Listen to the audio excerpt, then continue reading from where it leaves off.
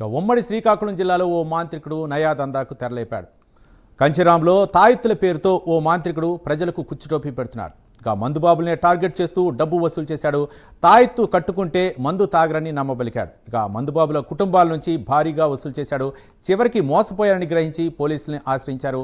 దీనిపై exclusive field report మా correspondent Chandrasekhar అందిస్తారు. చంద్రశేఖర్. ఎస్ రవి, చూసుకుంటే సిక్కోలలో మాయల మాంత్రికుడు భాగోతం బట్టబయలైనటువంటి పరిస్థితి కనిపిస్తుంది. ప్రధానంగా చూసుకుంటే ఉమ్మడి శ్రీకాకుళం జిల్లాకు సంబంధించి రాజాం ప్రాంతంలో ఉన్నటువంటి కంచిరాం గ్రామంలో ఏదైతే ఒక మాయల మాంత్రికుడు ఏదైతే ఆయన వద్ద తాయెత్తు కట్టుకుంటే మందు మానేస్తారంటూ కూడా మాయ మాటలతో నమ్మబలికి అక్కడికి వచ్చినటువంటి మందు బాబుల నుండి వేలాది రూపాయలు వసూలు చేస్తున్నటువంటి ఘటన గత కొంతకాలంగా కూడా కొనసాగుతున్నటువంటి పరిస్థితి ఉంది.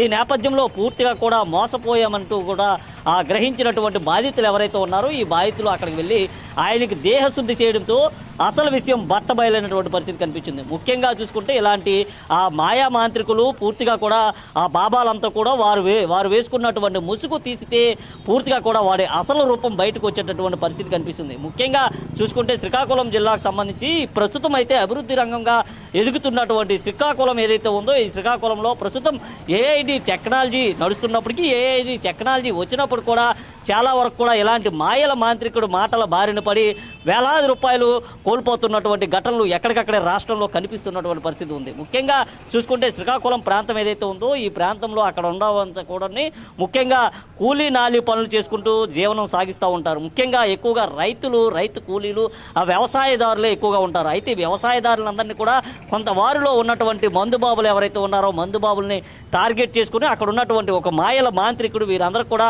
తన వద్ద తాయెత్తు కట్టుకుంటే మందు మానేస్తారంటూ కూడా మాయ మాటలతో నమ్మవలికి అక్కడికి వచ్చినటువంటి వారందరి దగ్గర కూడా వేలాది రూపాయలు వసూలు చేసినటువంటి పరిస్థితి కనిపించింది. దానికి సంబంధించి ఇటీవల కాలంలో కొన్ని రకాల యాడ్లు ఇచ్చినట్లు కూడా తెలుస్తుంది. ఈ నేపథ్యంలోనే ఈ నోట ఆ నోట పాగినటువంటి ఈ విషయం పూర్తిగా కూడా అక్కడికి మందుబాబులు వారి కుటుంబ సభ్యులతో క్యూ కట్టినటువంటి పరిస్థితి కనిపించింది. క్యూ కట్టినటువంటి నేపథ్యంలో కూడా ఇతని అసలు రూపం బయటికి వచ్చింది. అసలు రూపం బయటకు రావడంతో పూర్తిగా ఏదైతే సీరియస్ అయినటువంటి మందుబాబులు కావచ్చు వారి కుటుంబ సభ్యులు కావచ్చు ఈయనకైతే పూర్తిగా కూడా దేహశుద్ధి చేసి సదరు మాయల మాంత్రికుడి పైన పోలీసులు ఫిర్యాదు చేసినటువంటి ఘటన కూడా కనిపిస్తుంది. ముఖ్యంగా ఎవరు మాయలో పడద్దు ఎక్కడ కూడా మోసపోవద్దంటూ పోలీసులు ఎప్పటికప్పుడు చెప్తున్నప్పటికీ ప్రజలంతా కూడా ఇవంతా పెడచెవున పెట్టడంతో ఇలాంటి మాయల మాంత్రికులు మాయల మందుబాబు ఏదైతే వీరంతా కూడా పుట్టుకొస్తున్నటువంటి పరిస్థితి అయితే కనిపిస్తుంది. ముఖ్యంగా చూసుకుంటే శ్రీకాకుళం జిల్లాలో మోసం చేసినటువంటి ఘటన ఏదైతే ఉందో ఇదంతా కూడా అక్కడ జిల్లా వాసులంతా కూడా ఒక్కసారిగా కురిపేసినటువంటి పరిస్థితి కనిపించింది. ముఖ్యంగా చూసుకుంటే మందుబాబులతో పాటు వారి కుటుంబ సభ్యుల దగ్గర కూడా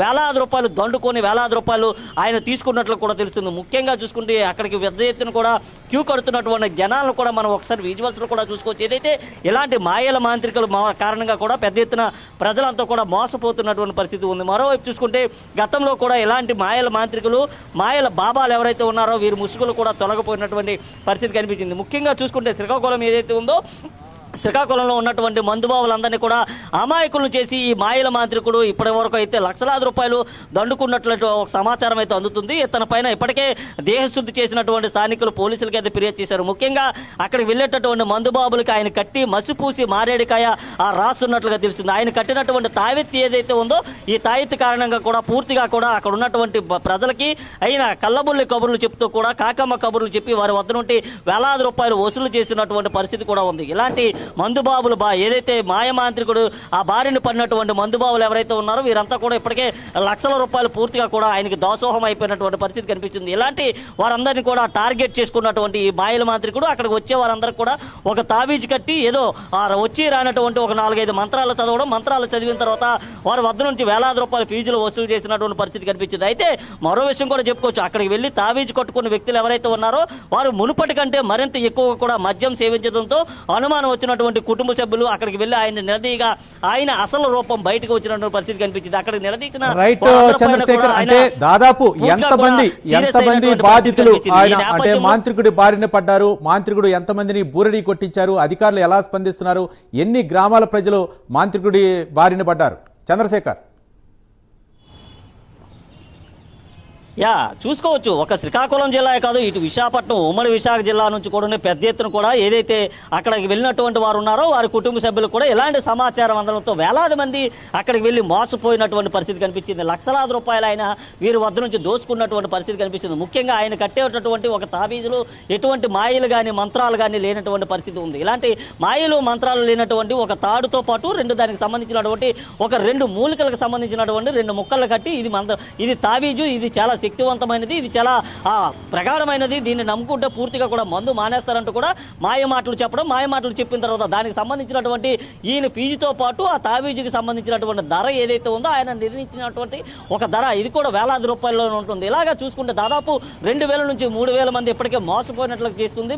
మరికొంతమంది కూడా మోసపోయారు. అయితే ఎంతమంది మోసపోయారు అనేది కూడా వేలల్లోనే ఉండొచ్చని చెప్పుకున్నటువంటి ఒక సమాచారం అయితే ఉంది. ఎందుకంటే ఈయన దగ్గర మోసపోయినటువంటి వారంతా కూడా ఒకరికొకరుగా తిరిగి వస్తున్నటువంటి పరిస్థితి కనిపిస్తుంది. ఒకరికొకరుగా కూడా పోలీసులు ఫిర్యాదు చేసినటువంటి పరిస్థితి కనిపించింది. దీనిపైన పోలీసులు కూడా చాలా సీరియస్ అయినటువంటి పరిస్థితి కనిపించింది. ఒకవైపు చూసుకుంటే ఇలాంటి మాయ మాంత్రికుల మాయ బారిన పడొద్దు అంటూ కూడా ఇప్పటికే పోలీసులు చెప్పినప్పుడు కూడా ప్రజలు ఇవేమీ గమనించకుండా వారి యొక్క నమ్మబలికేటటువంటి బుద్ధి ఏదైతే ఉందో ఈ బుద్ధి రహితంగానే ఆయన వద్దకు వెళ్ళి వేలాది రూపాయలు కోల్పోయినటువంటి పరిస్థితి కనిపించింది. నేపథ్యంలో కూడా పోలీసులు ప్రస్తుతం ఆయన అయితే అదుపులోకి తీసుకున్నట్లుగా తెలుస్తుంది. ఆయన పైన పూర్తిగా కూడా విచారణ అయితే చేస్తున్నారు. అయితే ఈయన బారిన ఎన్ని వేల మంది పడ్డారనే దానిపైన పూర్తిగా అయితే ఇంకా దర్యాప్తు అయితే కొనసాగించాల్సినటువంటి పరిస్థితి ఉంది. మరికొంతమంది కూడా ఈయన బారిన పడినటువంటి బాధితులు కూడా ఉండేటటువంటి అవకాశం ఉంది. ఇటు శ్రీకాకుళం జిల్లా నలుమూలకు సంబంధించిన దాదాపు శ్రీకాకుళం ప్రాంతాన్ని చూసుకోవచ్చు.